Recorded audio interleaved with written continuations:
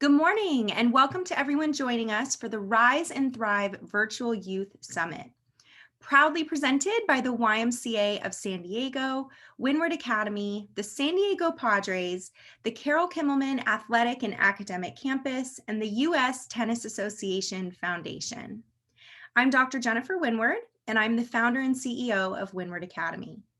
As a San Diego-based education company, Windward Academy is proud to support Rise and Thrive and its mission to unite students to hear from professionals who will inspire us to innovate, create solutions, influence our communities, and make meaningful impacts in college and career pathways.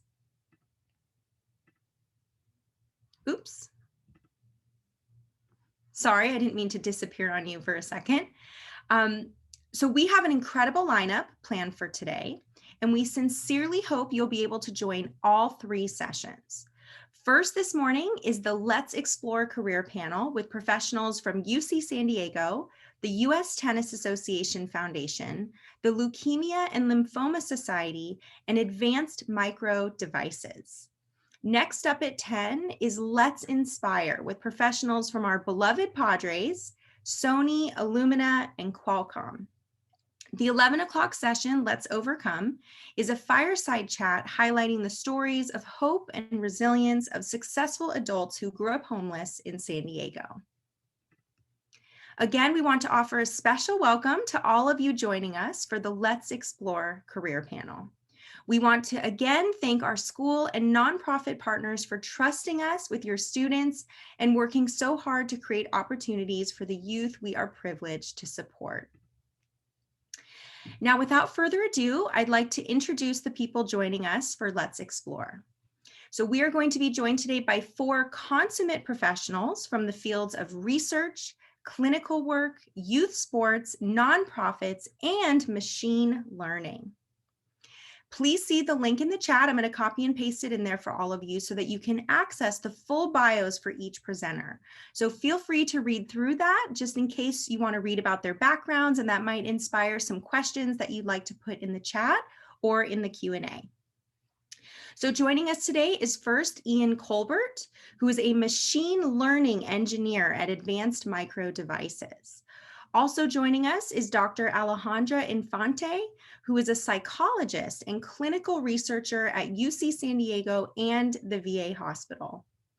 We also have Barbara Ybarra, who is the Regional Advancement Director at the Leukemia and Lymphoma Society, and Ryan Redondo, who is the CEO of Youth Tennis San Diego and the General Manager of the Barnes Tennis Center, which I'm sure many of you have either played tennis at or have had tournaments there. Again, we could not be more excited to have these San Diego professionals joining us today to facilitate a vibrant conversation with all of you. I'd like to welcome them to please turn on their cameras and microphones to join me. We have lots of questions submitted by students, so we're going to go ahead and jump right in. So good morning, everyone. Again, thank you so much for being here. Good morning. Good morning. Hi. Good morning. So Ian, we are going to throw our first question to you.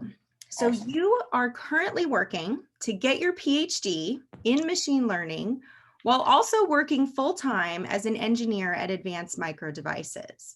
Now that cannot be an easy balance, right? To work full-time and work in, toward an advanced degree. Can you help us understand a little bit more, like what is machine learning and how is the educational work that you're doing and the professional work that you're doing, like how are they the same and how are they different? Yeah, this is a great question. So machine learning is the science of using data to drive decisions and understanding. This is usually from some sort of collection of data that's very large. It's currently being used in just about every possible field, from finance to biology to real estate, even video games. My go-to examples are usually Siri and Alexa. Those are usually the most commonly used, but one of my favorites is actually the Google keyboard. If we have time to get into why I really like that, then maybe we can circle back, but it's a really cool piece of technology. Machine learning overlaps with just about every discipline.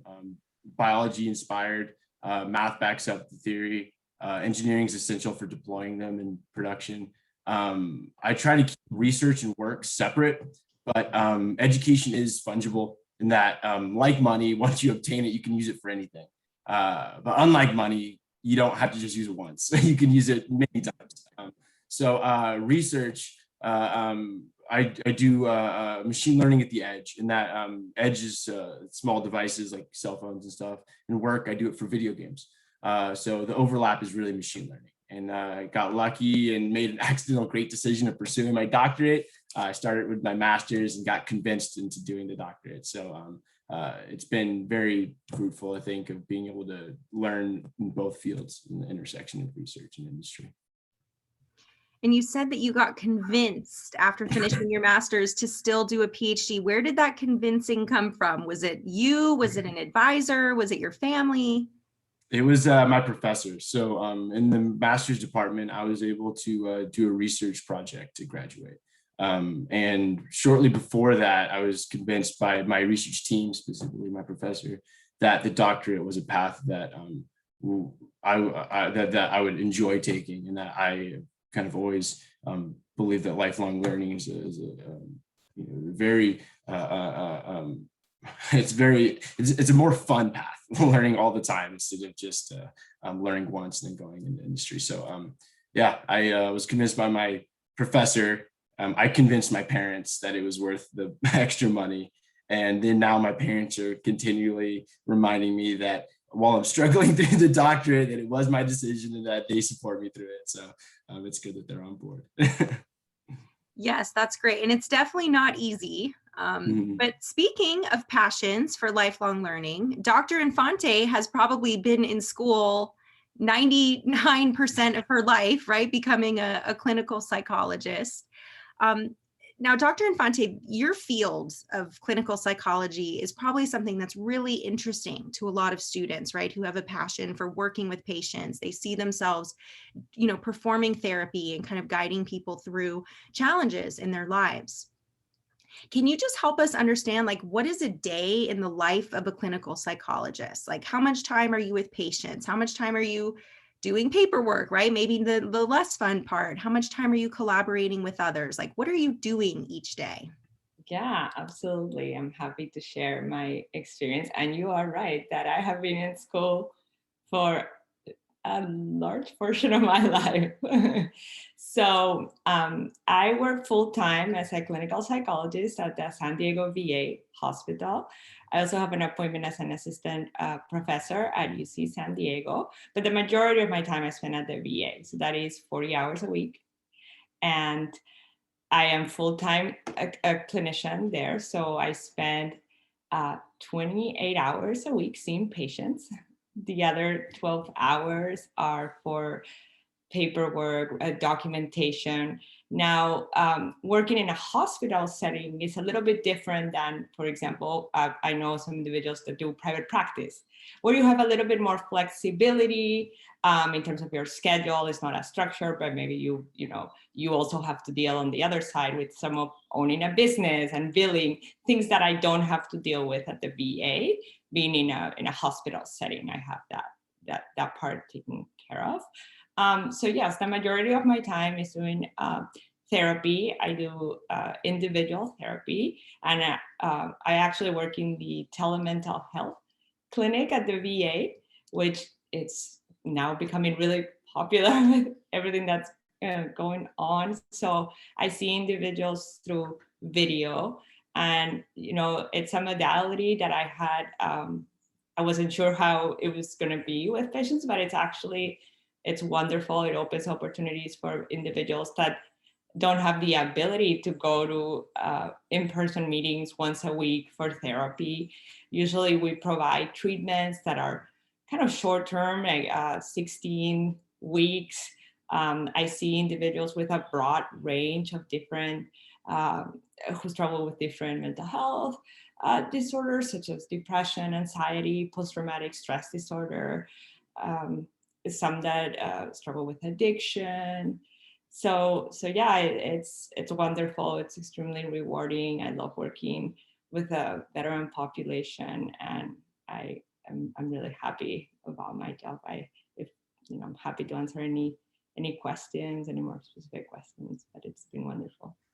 Yeah, that's great. And I think it's really interesting too that you mentioned how your role as a clinical therapist, right, in a VA hospital setting means that you're focusing more of your time working with patients because you don't have as much of the billing and admin side versus someone in private practice, right, who's running his or her own business, is both doing the therapy and also having to do kind of those business pieces. So it's interesting. I never really thought about how that could be kind of a different daily life experience depending on whether you were in private practice or working in more of an institution. Absolutely. And also the other component that I know individuals who do both, who do part-time VA and part-time private practice. I mean, in essentially in a private practice, you are your own boss, and that comes with responsibilities too. Being in a hospital setting in a way, I think I really enjoy the support and collaboration from other staff members, and it's easily and accessible as in addition to training opportunities to enrich your training, and those are always available through the VA, which has been wonderful. Yeah, that's great. Well, along that vein of kind of looking for ways to enrich the community, I think I'm going to ask Ms. Ybarra the next question, because I know that you have worked in various nonprofits for over 20 years, right? You are a nonprofit queen on this call today because of all of your rich experience there.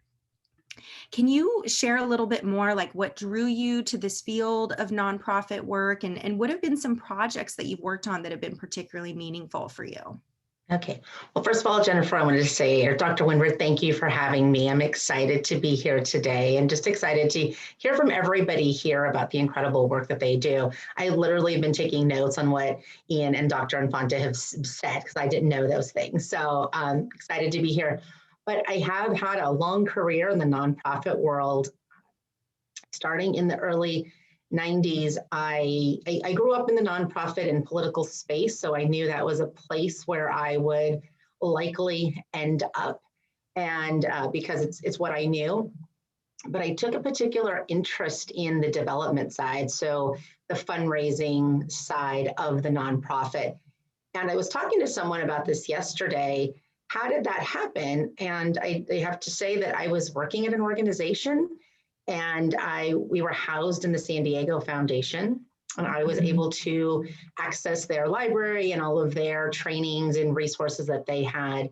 And I walked into a fundraising seminar, having zero idea that that's a job for people. That's actually a career. And what I didn't know before is I knew the nonprofit space. I knew the program side and mission and vision. And I never, ever knew, how does it get paid for? Where does the money come from to pay for these things?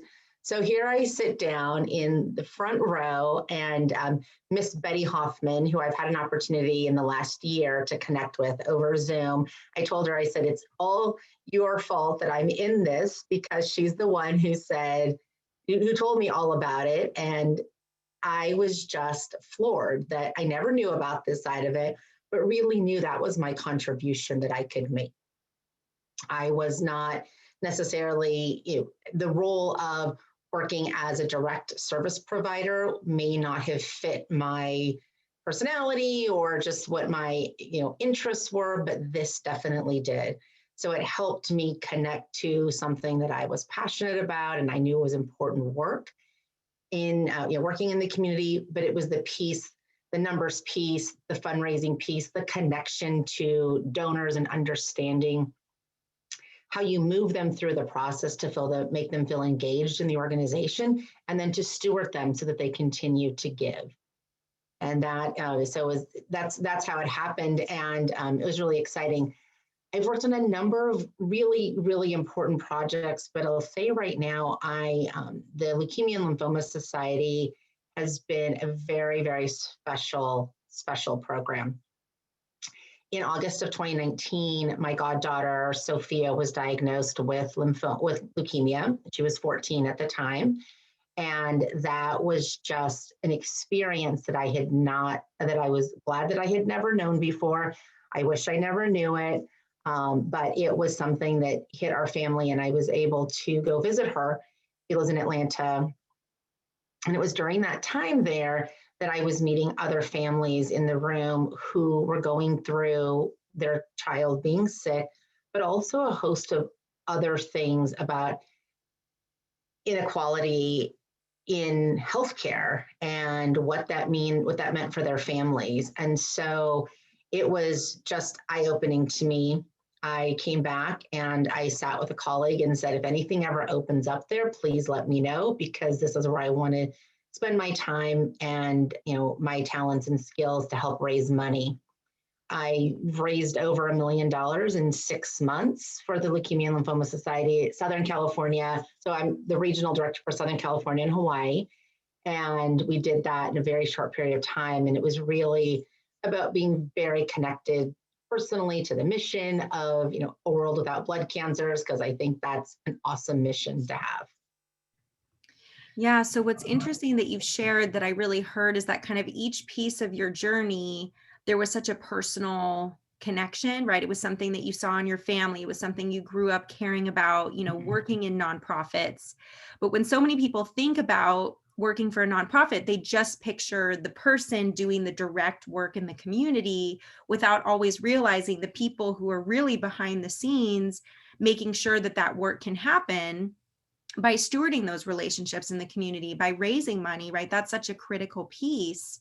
Yeah. So it's interesting to me how you have this personal connection, but then you also found a unique way to apply your personal skills within the nonprofit industry so that you could really be a part of making a difference, even though you weren't the doctor with the patient, or you weren't the nurse, right? Or you weren't the advocate. Like, there's still a way that you're a huge critical piece, and it's playing to your strengths as a professional, right? Which is just such a great way to find that fit. Yeah, absolutely. Absolutely. Oh, that's great. Well, thank you. Thank you for sharing, kind of your personal story, your connection to all of that. I think that's great. And I know that Mr. Redondo is likely also very personally connected to his current career, because you yourself were such a celebrated athlete, and now you work in youth sports. So I'd love to go to you to ask you, a lot of teens who are student athletes are only kind of thinking of careers for themselves as athletes, right? But just as Barbara just shared, there's so many ways to be involved in a career within a field if you're not necessarily the athlete, training. So it would be great to learn more about your personal trajectory as an athlete, and then as a professional working in this athletics industry. And then what tips would you give to student athletes if they're trying to figure out how to maximize their opportunities or their careers? Great. Well, thank you for having me. And I'm glad I got to go last, because listening to all the other panel has been great. And as Barbara said, and as you opened up with, I too was one of those athletes that just thought I want to be a professional tennis player. But in sports, and in everything, it's very much interconnected. And so when I'm listening to Barbara talk about the nonprofit psychology and help technology, sports is really a platform that I think is helpful to be used for all things. And so for me, it's really interesting, because the Barnes Tennis Center was built in 1995. And I was in the fundraising video for this center. And I think I played in the first tennis tournament here at Barnes Tennis Center. And so it's kind of come full circle, which is really special. But so, like I said, I grew up playing our local tournaments here as a little youngster, and then eventually sectionally, and then nationally. And then I ended up playing for the U.S. national team and playing internationally all over the world. And I too thought, I'm going to play Wimbledon. I'm going to be a pro. And that was my career. That's all I thought about. And then from there, things didn't really work out for me financially to be able to just go professional. I did get to play some semi-professional tennis as a junior, but I thought, I'm going to try college just for a little bit, just to see.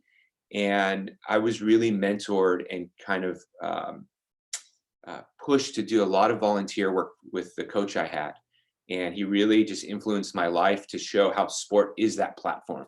And so what happened for me was I started to see that there's just so many other aspects to sport, which started to help me really grow as an athlete too. And so I ended up winning a national championship in college, while volunteering down at St. Vincent de Paul downtown. And I ended up getting my college degree in religious studies at San Diego State. And I remember going for my first interview at the University of the Pacific. And the athletic director said, "What are you going to do with a religious studies major trying to coach a sport?" And I talked about that interconnectedness of people. And so from there, I coached in college tennis for about 13 years, and really just started to volunteer and take that mindset to everything that I did as a coach, and thought, I'm not just a coach coaching a sport. And so I started to do a lot of volunteer work in the community, working within schools, lining blacktops at elementary schools, teaching PE teachers how to teach, working with the USTA Foundation, which really just started to lead me to the nonprofit side and wanting to build community. And so that's kind of my story, and that's my advice would be for those in high school that are looking to maximize their career in their sport. I say go for it, but then continue to explore within your sport all the different ways that you can use the sport. There's sports psychology, there's sports management, there's technology. There's so many things within the sport, in your particular sport, in the industry, that you can use. And so I really think that internships are really helpful. When I was a coach, I wanted to be really competitive. I wanted to be really successful, and it's sport. And what I noticed was my athletes that would come back after doing summer internships came back actually better athletes in their particular sport, more well-rounded, and they just really set themselves up for great opportunities after their sport. So I really think internships are really important, and something that I give a lot of credit to, a lot of success for. Yeah, that's great. And I love how much you emphasize that being an athlete, even if you're an incredible athlete and you're potentially going pro, right, that there's so many other elements to developing your character and your experience and your education that are so critical in that journey. I think, don't you have an internship program at Barnes, or to work for you or something this summer? Can you share about that? Because I'd love to post in the chat about that. Yeah, absolutely. So we're a 501c3 nonprofit, and we're also a partner of the USTA Foundation and a National Tennis Junior and Learning member. So within youth sports and the tennis center here, we have a lot of different aspects to our internship. You get to learn finance, you get to learn marketing, fundraising. There's so many different parts. And our last intern that we had last summer is actually going to get his MBA at SMU. And he got the full scope that really gave him that experience. I got to read his letters that he wrote to universities, and I think it really helped him, and it's something that we're really passionate about at Youth Tennis San Diego to offer that.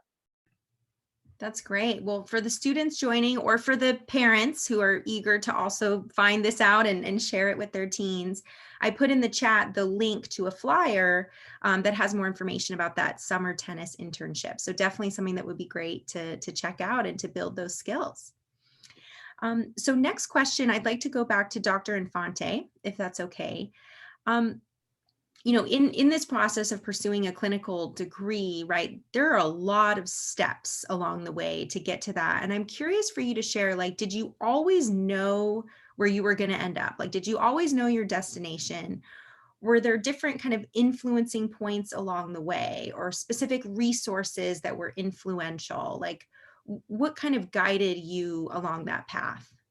Yeah, so I think to some extent, in high school, I figured out that I wanted to be a psychologist. I wanted to be in a profession where, I could help others. I had done a lot of volunteer work. I grew up in Peru, and, my idea of psychology is, it was very much, I will talk to a patient, I'll see them in my office. And it wasn't until I moved here for my undergraduate degree that I saw all the different other branches and opportunities that can come with a degree in psychology. And I think all the panelists kind of have alluded to that, you know, to not just narrow your vision about this is my only option, but to explore. So one thing that I did in college was take advantage of the many research opportunities in different labs and ask questions. After I graduated college, I would say something that was particularly influential. I got a job in a research lab where I met Dr. Windward, and working with Dr. Susan Tapert, who was extremely influential in my decision to pursue a doctorate degree. Santa, it is long, it is a long journey, but it's been wonderful. And part of it, I will say, is because the richness of that I've acquired through my education has opened so many opportunities, including doing clinical work, but also opportunities for doing research and collaborations with other individuals, things that I kind of didn't know much about before exploring the different labs and volunteer. And you know, I'm particularly interested from a research perspective on the effects that alcohol has on brain development. Something that I am very much interested now is to try. We know that early initiation of alcohol is associated with increased risk and for having more problems with alcohol in the future. And I also, something that I'm particularly interested in is in understanding who are those individuals who might be more at risk for starting and engaging in risky behaviors early in life, and to find ways, if we can identify those who are at risk, maybe find ways to mitigate those risks and capitalize on protective factors, cultural factors, or I'm interested in understanding health disparities in addictions to mitigate those risks. That's great. So it sounds like in your kind of professional experience, you're able to both work with patients and continue to pursue these research interests. Is that something that's unique because you're at the VA hospital, or is that something you do through UC San Diego? How are you kind of able to continue in both? Yeah, so my research is through UC San Diego. UC San Diego, we're very fortunate here in San Diego in that both UC San Diego and the VA, they have collaborations. So I was able to obtain a faculty position at UCSD and continue to collaborate with Dr. Tapert and some of the projects that you know, I'm passionate about. Yeah. And what's interesting that I hope that our students are recognizing in what you shared that overlaps with what Mr. Colbert shared is that for both of you, it sounded like your pursuit of higher education was very much driven by your advisor, right? By a professor who encouraged you, saw in you this incredible talent and potential and kept pushing you like, no, you can get your PhD. Let's do this, right? Let's make this happen. So it's really fun to hear how those advisors, right? And I had the same experience. So I completely connect with how, you know, you're not necessarily envisioning this, and then all of a sudden that idea is planted and that seed starts to grow, right? And you can really picture yourself doing this and kind of continuing to grow in your career and to pursue that higher ed experience. So it's so nice to hear that having these incredible advisors and mentors has been so influential, you know, along the way of your educational pathways. Absolutely. And I think that, like you said, that can make a huge difference. And, you know, having someone who really encourages you to give your full potential, it can be intimidating to be in grad school for so long. And it's a big commitment. And I'm happy I took time in between my undergraduate and graduate degree to really think about it, because it's a big commitment. Yeah, absolutely. Well, speaking of all of these big commitments and things that can arise as you go through them, Mr. Colbert, I'd love to go back to you. can you share more about like your, educational journey and your professional journey? Like, what are some challenges that you've experienced and how did you overcome them? Like, were there specific values or specific personality traits that maybe served you well in your journey? Yeah, that's a great question. Thank you. So I'll start with the answering the personality traits. I was inspired young, and I grew up a competitive athlete. I think that some of the things that helped me early on were my curiosity. Curiosity, I think, will carry you farther than most things. I've had a lot of interns over the last few years that I've realized one of the ones that end up having the most fun and end up actually being able to be the most productive are the ones that are the most curious. Follow your curiosity. I think my biggest weakness is my reluctance to say no to new opportunities, which I think that many of the other panelists have already discussed on how key it is to introduce diversity and breadth into your life. And I think that saying, welcoming new opportunities, especially when you're young, is a way to really strengthen the breadth of your knowledge and experiences. Everything intersects in some way. And I think Mr. Redondo just said that as well. And, Leonardo da Vinci was into math, painting, biology, engineering, philosophy, right? They all intersected.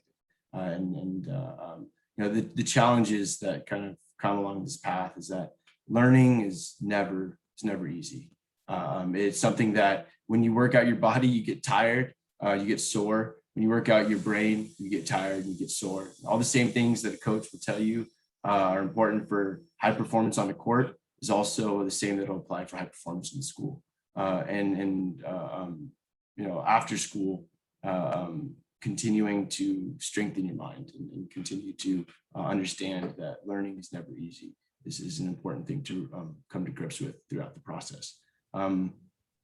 That being said, another challenge is finding a job. Finding a job is very hard out of college, and I think that the more that that these jobs become specialized, the harder that becomes. And also, Mr. Redondo touched on the importance of internships. Those go a long way. They help you learn whether or not it's a field that you're interested in. They also let you know if it's a field you're not interested in. I've had a lot of friends that got internships outside of their field and ended up switching into that field.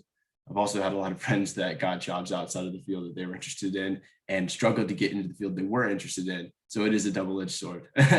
So I'd say that the challenges are they're unique from person to person. And I guess I can go through the list of different ones along the way, but I'm kind of just stringing through from my own personal experiences and the experiences of friends, colleagues, and family. I think that the biggest takeaways are persistence and curiosity throughout those challenges, and understanding that there's a thread that binds them all. Yeah. And as you emphasize the importance of persistence and curiosity, how did STEM and your interest in technology and machine learning, how did that kind of foster your persistence and your curiosity? Mm-hmm. It's a great question. I like to attribute actually a lot of it to Legos. My parents got me started young with building and going to science camps. A lot of lunchrooms in the computer lab with my friends. A lot of science camps that my family took me to fostered my interest of STEM young. And because of that, my curiosity was something that was never something that I personally felt I had to build. As long as I could remember, it was something that was there. The persistence comes from support. My family's been there every step of the way and teaching that to me and bringing that in me. And a lot of that comes from sports. I've been an athlete for as long as I can remember as well. And that persistence comes from something like a competitive sport. And the support that you get from friends and family allows for you to continue along that path. Yeah. Well, speaking of sports and being a student athlete, I think it would be great to hear a little bit more from Mr. Redondo, because I know that you've nurtured so many students, right? I'm sure Mr. Colbert would have lots to share on this topic too. But you've nurtured a lot of students who want to play sports in college, right? And that's not always an easy path. It's sometimes competitive or it's always competitive, sometimes very stressful. And students are doing a lot of communicating with coaches, right? So what I'd love for you to share more about is, yes, their athletic abilities need to be there, but what are some of those other characteristics, some of those other pieces that coaches are looking for that you always want to nurture and encourage in the students you mentor? Yeah, it's a great question. Yeah, athletic ability is always there, but the really, as a coach, and if we're just talking to other coaches, and it goes beyond just sports, it's business. You're looking for a team player, and and I know coaches are always looking for characteristics that are going to show that they're willing to be a part of a team, willing to sacrifice for a team, willing to sacrifice for others, make the right decisions for a group of people. And also, as Mr. Colbert was talking about, the curiosity, having a growth mindset, right? So that you're constantly learning, you're willing to be vulnerable, you're willing to get out of your comfort zone to continue to get better and to be able to handle pressure. And so those things too, as I'll step back, as when I was a college coach, I got a lot of emails from different businesses recruiting and looking for student athletes to join their business because those life skills are transferable. And so those are the two of the main points that I think are really important, that I hear a lot of coaches looking for, talking about. Here at the youth center that I'm at, we have hundreds of recruitable kids. So I get a lot of calls from college coaches, and most of the time they already know their ability. And so they ask, what is that individual like? How are they in a lesson? What is their behavior like after a loss? How much do they practice? Those kind of things. So teamwork and a growth mindset are the two characteristics that I would definitely recommend. Yeah, I love your answer. I just think that it really helped paint the picture of like when a coach at a university is calling you, the coach already knows, how Mr. Colbert plays on the court, right? The coach wants to know, how does he behave when he loses? How frequently does he practice? How does he treat other people, right? All of those aspects to who you are and how you treat others, so critical.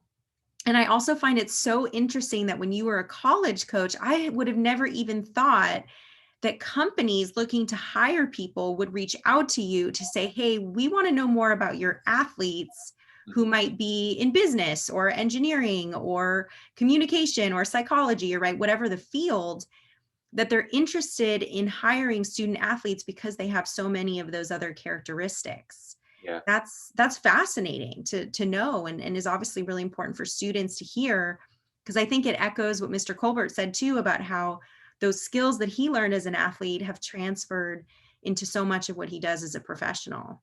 Yeah. Yeah, that's great. That's so interesting. Thank you. Cool. Okay, so we have about 5 more minutes. I'd love to ask Ms. Ybarra another question, and then we'll see in the chat if we have any questions that come in from students. So Barbara, I'd love to ask you, this is kind of a tough question, but when you kind of look at your career right now, if you were to reflect, what is something that you would never change about your career, and what's something that you would change? Oh, that is a great question. Wow, okay. So never change. I am going to stay on this consistent thing about curiosity. I cannot emphasize how important that is. And one of the things that I know has served me very well as a fundraiser is that I am a very curious person. I used to say I was very nosy because I am kind of nosy too, but curious is so much more positive. So I changed it to that. But I just want to know about people. I just want to know, and in my line of work, why are you choosing these priorities to give to? Why is this cause important to you? What part of your life did you resonate with this mission? And where are you from and why are you here? So I am very, very curious. And I think that is something that I would not change at all in my career. It has served me very well. I recently had someone tell me who is trying to fundraise, and I use the word trying because they are failing miserably, tell me, I just don't care about people. And I said, that's the problem. They know that. You can pretend all you want, but the fact that you do not care about what makes them tick, why they're giving, is the reason why you are failing miserably at your fundraising efforts. Don't know how well that went. I haven't heard from them again. But it was the truth, I think, because you really do have to care and be curious about people. And so I would not change that. The one thing I would change is because, we're talking to students. I remember along my career, there are going to be people who, for whatever reason, good, bad, indifferent, they have their own experience, and maybe it was negative, or maybe they're just a little burned out in their own thing, who will give you some really bad advice or give you some negative advice. And what I would change is, don't listen to that. Stay really committed to what you know is your goal, or what you really want to achieve. Because when you let those little things get into you, you think, am I on the right path? Am I doing this right? This is a little crazy. Am I thinking too big? Am I dreaming? Am I dreaming too much? Don't let those little things deter you. And I would change, just, that's their experience. That's fine. Not my experience. Mine will be different, because it will be. So those are the two. That's the thing that I would not change, and the thing I would change. That's great. Yeah, it sounds like curiosity has been a big theme today. Like, just embrace that curiosity, that intellectual curiosity, and to really let that guide you, so that what you're doing, you're really passionate about and committed to. So one last question that I'd love to pose and kind of have each of you answer, if that's okay, is, what do you wish you'd known when you were a teen?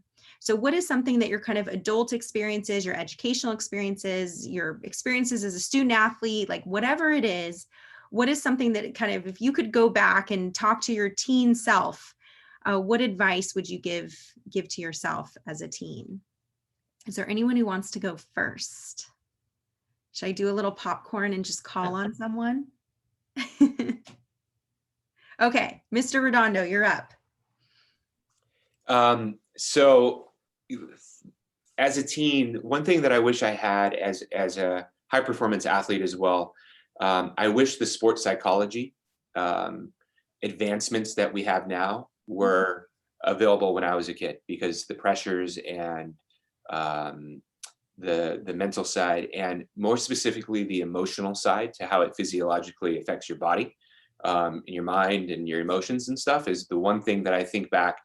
And the resources that kids have now, I really encourage them, take advantage of them, because you're going to use them for the rest of your life, in all ways, not just on the court or the field or something like that. So that's something that I love seeing that's happening now that I wish I had as a teen. Yeah. Well, along the theme of clinical support, mental health support, taking advantage of resources, Dr. Infante, you're going to have to go next. What advice would you give to your teen self? Ask questions, reach out to professionals in the field. If, maybe you don't have a passion at this point, but you're curious. We talk about curiosity a lot, and I encourage to, I was very shy as a teen, and thinking, oh, what if I ask questions? Are they going to think these? There are many people out there that love to help and are willing to do it. But you have to ask, approach, reach out, and don't be afraid to ask questions. If you have an interest, talk to different professionals in the field. Remember, too, people are going to have different experiences and opinions, but it's good to hear both. Absolutely. All right, so take advantage of resources, ask questions. What's next? All right, Mr. Colbert. Yeah, I think that one thing that I've definitely heard from more than just me is that use your college counselor if you can. If your high school offers a college counselor, please take advantage, because it really makes a difference when you go into college. 4 years goes by really fast, and if you go in having a general direction of where you want to go, then I think that you'll be able to take more advantage of the opportunity that's in front of you, and also learn to learn. not just to do. I definitely did not read my fair share of books through high school. And I think that I look back on some of those courses and wish that I had taken what was then free time and used that free time more wisely. Learn to learn is a big thing, because when you get into college, some of the courses are very difficult if you're just trying to get by to get an A, instead of learn to understand the concept and use that moving forward. Yeah. Well, of course, the educator in me loves that answer. Yes. I'm glad. Learn to learn. You've got to embrace knowledge. Oh my gosh, every second of every day. I love that. All right, Miss Ybarra, why don't you finish us up today? What would you tell yourself as a teen? So I wrote this down. I just said that, your big dreams aren't crazy. Go after them. I love that. I love all of this. You all have been just so incredible. I really appreciate how much you've shared about your personal journeys, your advice for youth. It's just been incredible. And we're so excited to develop reflection and discussion questions for them to kind of continue to think about everything that you've shared. One quick thing that I want to share, I am putting in the chat right now for everyone. We want to make sure that you are registered for the 10 o'clock session. So the one that's starting in just about 10 minutes. The next session, Let's Inspire. We have another career panel with experts in video game creation, biotech, engineering, and professional sports. So we're going to have people joining us from Sony, Illumina, Qualcomm, and the Padres. So if you haven't registered yet, we of course would love for you to join us. So go ahead and see that link in the chat that you can click to register. Again, I want to give a huge thank you, Mr. Colbert, Dr. Infante, Ms. Ybarra, and Mr. Redondo. This discussion was incredible, and thank you so much for making it possible for all of us. Thank you for having me. Absolutely. Thank you. Thank you so much. Have a great day. Bye-bye. Thank you. Thanks, everyone. Thanks again. See you all in 10.